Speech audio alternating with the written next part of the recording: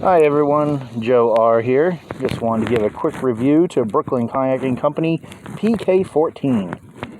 As far as I know, this is the biggest one they have, and as well as the dual tandem pedal drives, which is insanely awesome. One of my biggest questions is before I bought it was whether or not it had a good turning radius and what kind of speed it had, especially compared to like the Hobie Mirage drives, which I've seen video of, but of course you can't get your hands on that boat right now. I don't think you can get your hands on this boat anymore either. I had to wait a very long time for this to arrive by mail. There's shipping problems, but once that was all said and done, the boat finally arrives, and I must say I am in love with this watercraft. Got my skipper up front, Gabriel. Gabriel, say hi. Hi. Hello. So we're just out on Timber Ridge Lake. That's in southeast Ohio. What's behind us?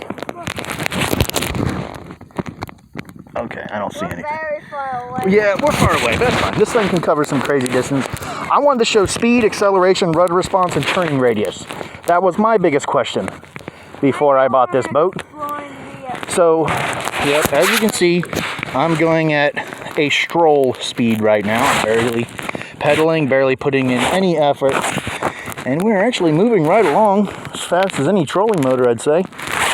Now, we're going to go to sprint. That's why I pedal really fast to show you how quick we can move. This thing really churns the water up behind you. I don't have Gabriel's pedal drive in. He's got the paddles, which of course he's not even using. So this is all me on this boat right now. The rudder, you have to constantly adjust, but it's very responsive. Turning radius, not terrible. But I do have trouble sometimes docking the boat using the rudder and the pedals. It takes a lot of practice, and so far I've only had a little bit of practice. All right, without further ado, let's take off here. You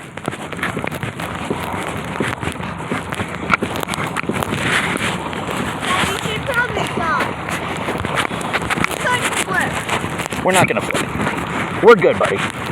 We've been through horrible conditions on this boat before. If you check one of our other videos, the Mothman Silver Bridge kayaking adventure, those waves were insane. They were so bad that the pedal drive came out of the water underneath the boat. So I'm pedaling, and then I boom, feel no resistance whatsoever.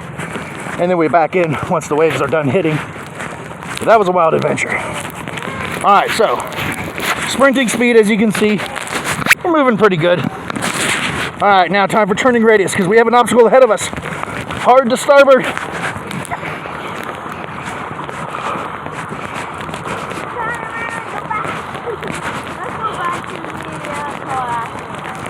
All right, this turning radius is pretty good.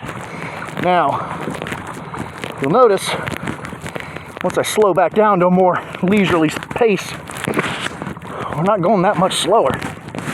So you find your rhythm and you find your cadence, and you can just maintain a constant steady speed on this boat all day long.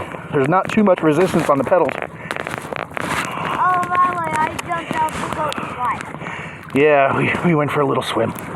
Got to test the anchor. The anchor works great. We've got 2 tie-offs on the side handles. That works out really well. Put in an emergency bilge pump right here, because sometimes water does find its way on the inner compartment.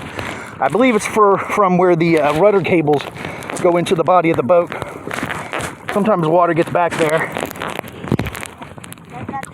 Water will tend to pool in that rear compartment behind the rear passenger seat. Most of the water finds its way out through the rudder, but a little bit finds its way through the rudder cable holes.